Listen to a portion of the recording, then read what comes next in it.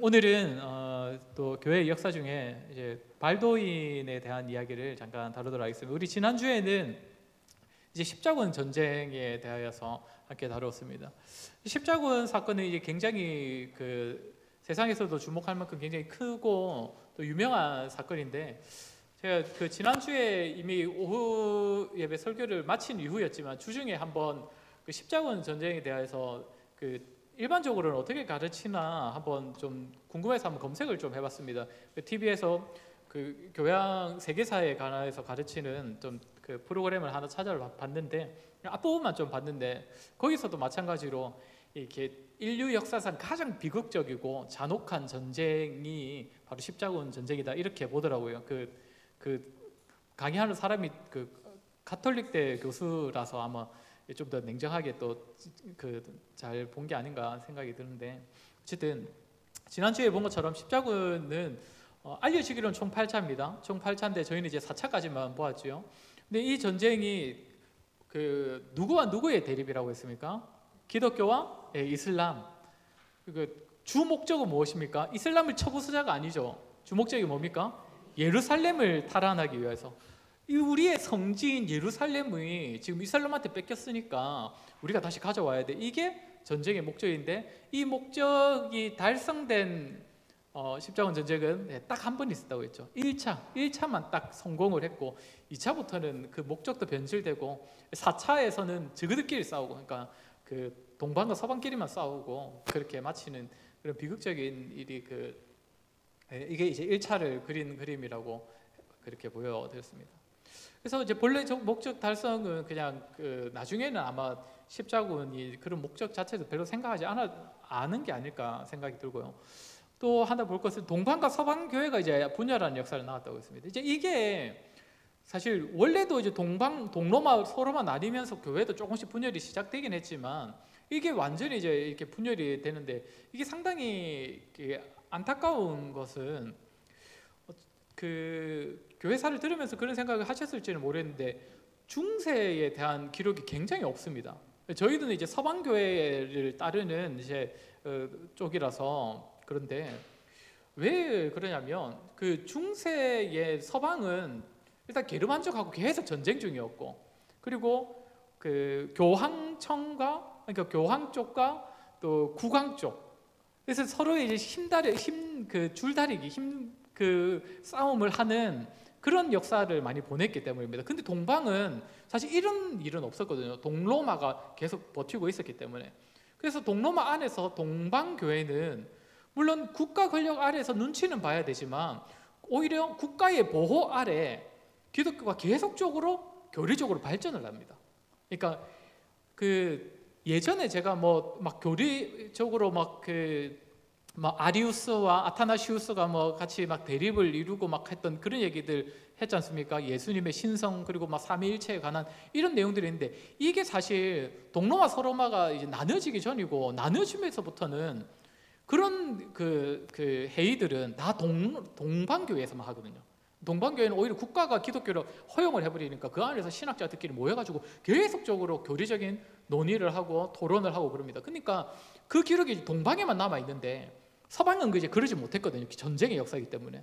근데 이제 동로마하고 서로마가 교류가 됐으면 그런 신학적인 역사를 서방 교회가 가져올 수 있었는데, 그 문이 아예 닫혀버린 거죠. 그래서 사실 세계 교회사 배워도 중세 교회가, 그러니까 그 역사적인 시기로 보면 굉장히 긴 시기인데, 1000년이 넘는 시기인데 기록은 제일 없습니다. 그 안에 무슨 교리적인 다툼이 있고 이런 게 있었는가를 기록 자체가 잘 없습니다. 그래서 그게 좀 많이 안타까운 결과로 볼 수 있죠. 그리고 이슬람과 사이가 안 좋아진 건 당연한 것이고, 유대인들과도 사이가 당연히 안 좋아졌고, 이게 하나님께 받은 사명으로 시작됐다는 식으로 시작은 했지만, 결국에는 이제 인간의 욕망과 또 타락한 본성들이 드러난 그런 사건이 바로 십자군 전쟁이라고 볼 수 있을 것입니다. 여기서 이제 발도인, 혹시 이제 발도파라고도 합니다. 발도인들이라고도 하고 발도파라고도 하는데, 이제 이단하면서 제가 물음표를 일부러 이제 좀 넣어놨습니다. 이단에 대한 얘기는 제가 중간중간에 한 번씩 나올 때마다 했었습니다. 초기에는 그 영지주의라는 이단이 있었고 조금 시기가 흐르면서는 이제 펠라기우스, 아까 아리우스 이런 사람들 다 이야기를 했었는데, 자, 그 시대에는 기독교가 물론 로마의 압박도 있었고 힘든 것은 있었지만 그래도 기독교가 신앙을 지키기 위한 노력들이 있었고 또 어쨌든 말씀 중심이 되어서 버티고 있었기 때문에 그 당시에 등장한 이단들은 어떤 이단이겠습니까? 말 그대로 말씀에 위배된 이단을 말하는 거겠죠. 근데 지금 좀 전에 말씀드린 것처럼 지금 이제 시기가 지나오면서 중세의 교회가 얼마나 타락했는지를 가장 잘 보여주는 십자군 전쟁, 십자군이 이제 중세 교회가 어떤 모습이었는지 잘 보여주는 건데, 이 시기에 와서 이렇게 기독교 자체가 타락하고 변질이 되었을 때 이단으로 규정이 된다는 것은 어떤 의미겠습니까? 오히려 이단으로 규정받는 자들이 더 옳은 일을 했다는 의미일 수가 있는 것이죠. 일부러 이제 그 이단 물음표를 해놓은 겁니다. 발도인 이단이라고 생각하시면 안 되고, 이 사람들이 어떻게 보면 개신교 종교 개혁자들의 근본이 된 사람들이라고도 볼 수 있습니다. 이제 책마다 조금 발음이 달라서 발도파라고도 하고 왈도인, 왈도파 이렇게도 기록이 되어 있습니다. 자, 아무튼 이 발도인들은 이제 피터 발도라는 사람에게서부터 시작됩니다. 이 사람의 본명은 피터 발도가 아니었을 것이라고 보는데, 아무튼 이제 피터도 이제 베드로를 따라서 이름을 낸 것이라고 봅니다. 이 사람은 이제 프랑스 리옹 출신의 아주 부자 상인으로 상업으로 굉장히 성공한 부자였다고 합니다. 이 사람이 이제 그 아주 잘 살고 있다가 어느 날 그 누군가가 부르는 찬양 소리를 듣고는 이대로 살면 안 되겠다는 생각을 딱 갑자기 하게 되었다고 합니다. 갑자기 찬양을 듣고 또 이제 그런 소리 생각을 하는 사람이 있나 보더라고요. 어쨌든 이 사람도 그래서 내가 그럼 이제 내가 당연히 프랑스 출신이니까 이 당시에는 기독교인이었을 건데 내가 기독교인으로서 어떻게 살아야 할 것인가를 이제 고민하기 시작하다가, 그러다가 이제 그 한 신학자에게 물어봤다고 합니다. 아마 이제 수도원의 스승이었을 것인데 그 사람한테 이제 물어보니까 그 사람이 뭐라고 대답을 해 주었냐면, 이제 그 대답이 오늘 좀 전에 읽은 이 오늘 성경 본문입니다. 여기 예수님의 가르침이 나와 있는데 여기선 크게 두 가지를 말한다고 볼 수 있거든요. 처음은 무엇입니까? 네 소유를 팔아거든요. 네 소유를 팔아. 그러니까 이제 장사하는 사람이니까 소유를 판다는 말이 어떤 의미인지 바로 알았을 겁니다. 소유를 팔고, 그리고 또 하나가 뭐냐면 나를 따르라거든요. 나를 따르라. 이제는 이전과 같은 삶을 버리고 이제 새로운 삶을 살라 이 말이잖아요. 그러니까 이 두 가지를 이제 사람이 그 스승이 이제 이야기를 한 겁니다. 그러니까 쉽게 말하면 청빈, 다 팔아가지고 청빈한 삶을 살고, 또 참회, 돌아서가지고 이제 새로운 삶을 사는 그런 참회의 삶을 살아라, 이렇게 이야기를 한 겁니다. 근데 사실 이 대답은 좀 전에도 말씀드린 것처럼 그 사람은 이제 수도원 사람이었을 것인데, 수도원의 아주 보편적인 생각이거든요. 그냥 그러니까 청빈하고 참여하는 것을 훈련하기 위해서 다 수도원으로 들어오는 거니까 그 사람은 어떻게 보면 아주 그 기본적인 얘기를 한 겁니다. 근데 이제 피터 발도는 이 말에 완전 꽂혀버린 거예요. 완전 꽂혀가지고 어떻게 하냐면 자기 재산을 또 다 팔아버립니다. 다 팔아가지고 가난한 사람들한테 다 나누어 주거든요. 근데 제가 이 기록을 한번 보면서 좀 더 마음에 들었던 게 하나 있는데, 이 사람이 재산을 팔 때 어떻게 하냐면 자신의 아내와 자신의 딸의 몫은 남겨두고 다 팔았다고 되어 있습니다. 그러니까 이제 가족도 이제 다 내팽개치고 막 돌보지도 않고 이렇게 막 혼자 떠나보는 게 아니라 가족 먹고 살 길은 다 만들어주고 나머지 재산만 다 팔았다, 이렇게 되어 있는데 저 그게 더 마음에 들더라고요. 어쨌든 이제 책임감 있는 이런 모습을 보이고 이렇게 했는데, 어쨌든 굉장히 부자인 사람이 그렇게 청빈한 삶을 딱 살기 시작하니까 주위에서 또 사람들이 몰려들기 시작하지 않겠습니까? 수도원의 시작도 그랬다고 했잖아요. 부자가 이제 재산을 다 팔아 나눠주니까 사람들이 몰려든 것처럼 이때 또 발도에게 사람들이 많이 몰려들었습니다. 그래서 이제 이 사람과 같이 모임을 시작하는 사람들이 이제 발도파로 이제 불리기 시작을 한 것입니다. 발도파에 대한 그림을 해보면 이제 무상급식을 하는 그런 장면의 그림이 남겨져 있더라고요. 오늘날도 이제 뭐 아래 동네는 잘 없이 윗 동네는 이제 그 노숙자들 대상으로 무상급식하는 이 교회들이 많이 있지 않습니까? 그 원조가 이제 발도파라고 볼 수 있습니다. 무상급식을 했던 이런 일들을 했더라고요. 자, 근데 이제 여기까지만 보면 아까도 말씀드린 것처럼 발도파가 이제 이단으로 이제 규정이 된다 했는데 전혀 이단이라 할 만한 게 없지 않습니까? 오히려 더 본이 되는 사람의 모습 아닙니까? 근데 이 사람들이 무엇을 하냐면 라틴어 성경을 번역을 하기 시작합니다. 라틴어 성경. 왜냐하면 이 발도라는 사람이 이제 계속 이 사람은 어떻게 살아야 할지에 대한 고민을 많이 하다 보니까 스스로 이제 성경을 보고 싶은 거예요. 근데 스스로 성경을 보고 싶은데 이 당시에는 물론 성경 자체가 그 인쇄술이 발달이 안 돼 있을 때니까 다 필사본밖에 없어서 구하는 것 자체가 너무나 힘든 시기이긴 하지만 일단은 번역이 안 돼 있습니다. 번역이 안 돼 있어서 사람들이 읽고 싶어도 읽지를 못하는 거예요. 그래서 일반 성도들이 말씀을 그 성경 본문 자체를 들을 수 있는 유일한 기회는 예배밖에 없었습니다. 예배 때 그 사제가 본문 말씀 읽어줄 때 그때 말고는 책 자체를 가진 사람도 없었고 그 읽을 수 있는 사람도 없었다는 거예요. 라틴어 자체가 사제들만 쓰는 거의 그 당시에는 쓰는 용어였기 때문에. 그래서 이제 이게 이제 뭐 잘 안 보이시겠지만 이제 라틴어 성경입니다. 라틴어 성경인데 그래서 이 당시에는 점점 하나님의 말씀을 그 읽고 또 연구하고 풀어서 이렇게 알리고 하는 모든 역할들은 다 사제들에게만 국한되어 있는 역할이라고 보게 되거든요. 그래서 이제 딱 이렇게 그 신부들만 이렇게 점점 이 역할을 하게 되는데, 근데 이제 피터 발도라는 사람이 모여 있는 발도파들과 한 건 뭐냐면 이 그 라틴어 성경을 어떻게든 라틴어 할 줄 아는 사람을 찾아서 이제 우리 말로 자신들의 말로 번역을 하기 시작했다는 것이죠. 그러면서 번역한 성경을 자기들이 읽고 자기들끼리 또 서로 나누고 그렇게 하면서 계속적으로 아까 말했던 청빈한 삶과 또 참여하는 삶을 우리가 어떻게 살아야 할지를 계속적으로 자기들끼리 공부하고 또 연구하고 알아가기 시작했다는 겁니다. 근데 이게 이제 소문이 나니까 교황 측에서 마음에 들었겠습니까? 마음에 안 들었겠습니까? 마음에 안 들죠. 그 위에 있는 권력자들은 밑에 있는 백성들이 우매할수록 다스리기가 좋지 않습니까? 그러니까 당연히 말씀에 대하여서도 신부가 라틴어를 뭐라고 읽든지 그냥 저게 하나님의 말씀이구나 다 받아들이던 백성들이 이제 조금씩 자기들이 성경을 읽을 줄 알게 되니까 교황 입장에서는 얼마나 골치가 아팠겠습니까? 그래서 처음에 이제 설득을 합니다. 발도파 너희들이 하는 그 청빈과 참회의 삶은 굉장히 본이 될 만하다. 그러나 너희는 성경을 설교해서는 안 되는 자들이다. 이게 이제 중요하거든요. 교황은 그 당시에 자기들끼리 평신도들끼리 성경을 읽고 나누고 하는 것을 하면 안 되는 설교 행위로 보았습니다.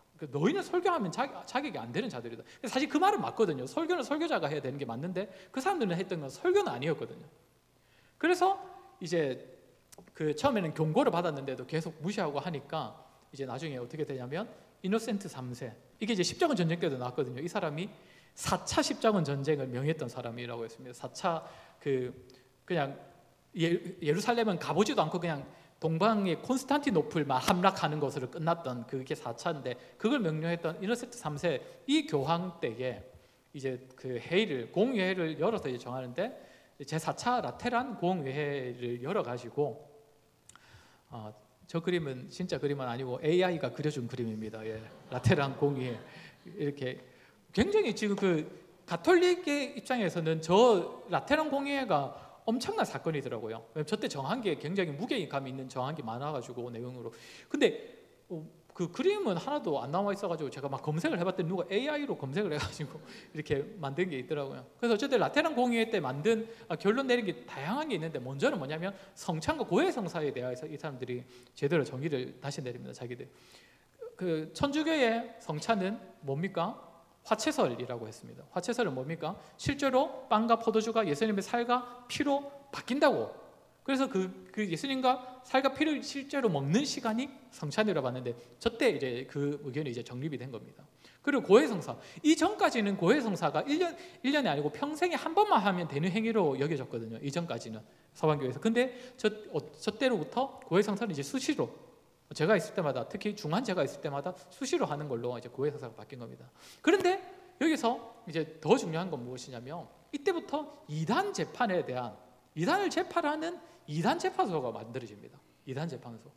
아시겠지만 이단 재판소가 물론 좋은 뜻으로 만들었겠지만 시작은 아시다시피 이 이단 재판소로 인하여서 수많은 사람들이 마녀 사냥을 당하고 또 그 옳은 말을 하는 사람들이 여기서 이제 재판 받아서 사형을 당하는 일들이 많이 일어나거든요. 근데 이 이단 재판소가 이때 만들어집니다. 누구 때문에 만들어졌을까요? 지금 얘기하고 있는 발도파 사람들 때문입니다. 발도파.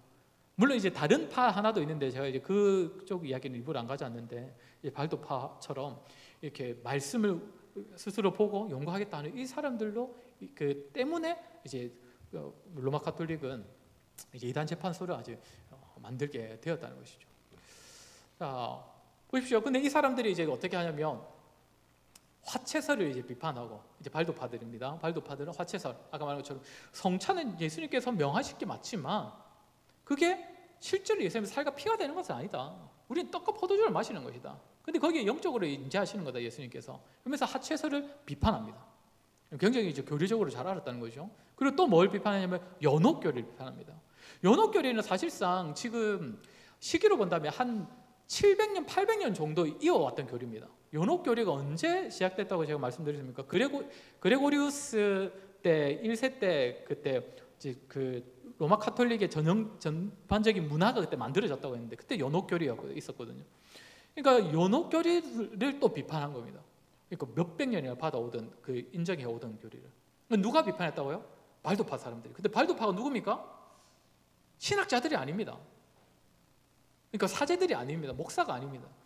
누구였다고요? 일반 성도들이. 어떻게 해서 비판하게 됐습니까? 자기들이 성경 보고, 자기들이 성경을 읽어내고, 그래서 이제 번역한 성경들을 나눠주고 읽고 공부하면서 이런 그 경지에 이르게 되었다는 것이죠. 근데 이제 이 사람들이 왜 종교개혁자들의 근본이라고까지 제가 얘기를 하냐면, 종교개혁자들이 다들 열심히 했던 일 중에 하나가 무엇이냐면 성경 번역이었습니다. 성경 번역. 루터 때에 이르러서야 이제 인쇄술이 이제 딱 발달이 하는데, 이제 그때 이제 기하급수적으로 이제 늘어나긴 하지만, 어쨌든 종교개혁자들이 정말 열심을 내었던 것이 성경 번역입니다. 평신도를 깨우는 것이 너무나 중요하다는 것을 알았기 때문입니다. 발도파 사람들 때문에. 그래서 저거는 이제 에라스무스라는 사람이 번역한 성경이고, 이게 이제 루터가 번역한 성경입니다. 루터. 그리고 이제 이건 칼빈 대학에 지금 그 종교개혁 때 번역됐다고 알려져 있는 그런 성경이고, 제가 이건 지금 이름은 잘 모르겠는데 어쨌든 종교개혁 시대 때 또 번역했던 수많은 사람들이 번역하는 일들을 했다는 것이죠. 무엇입니까? 물론 성경을 좀 더 전문적으로 배워서 가르치는 사람도 있어야 하지만, 일단 일반 성도들도 하나님의 말씀에 대해서 열심을 내고 그 말씀을 또 깊이 묵상하고 연구하고 또 서로와 나누고 하는 가운데 정말 필요한 딱 말씀에 그에서 가르치는 아주 중요하고도 필요한 교리들은 다 깨달을 수 있다는 것이죠. 충분히. 로마 카톨릭은 그걸 부정했지요.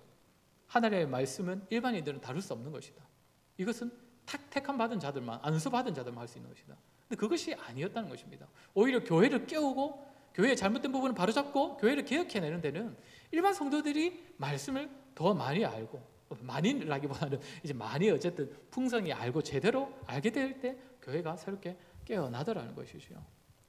저와 여러분, 우리 교회도 좀 이런 은혜가 있었으면 좋겠습니다. 물론 이제 저희 역할이 굉장히 중요하겠죠. 말씀을 가르치는 자가 또 잘 가르쳐야 되지만, 또 우리 성도님들께서도 말씀을 참 많이 사모하시고, 또 이 말씀을 통해 자신의 삶과 우리 교회를 비춰보시고, 또 그 말씀에서 깨달은 바를 또 행하면서 적용하면서 살아내실 때에 우리의 삶이 개혁되는 것이고, 우리 교회가 또 새롭게 또 더 힘있게 하나님의 말씀 위에 서게 되는 것입니다. 그래서 저와 여러분 말씀 앞에서 날마다 더욱 자라고, 또 말씀을 통해 우리의 삶과 우리 교회를 또 바른 또 말씀 위에 세우는 그런 저와 여러분 되기를 주의 이름으로 간절히 소원합니다.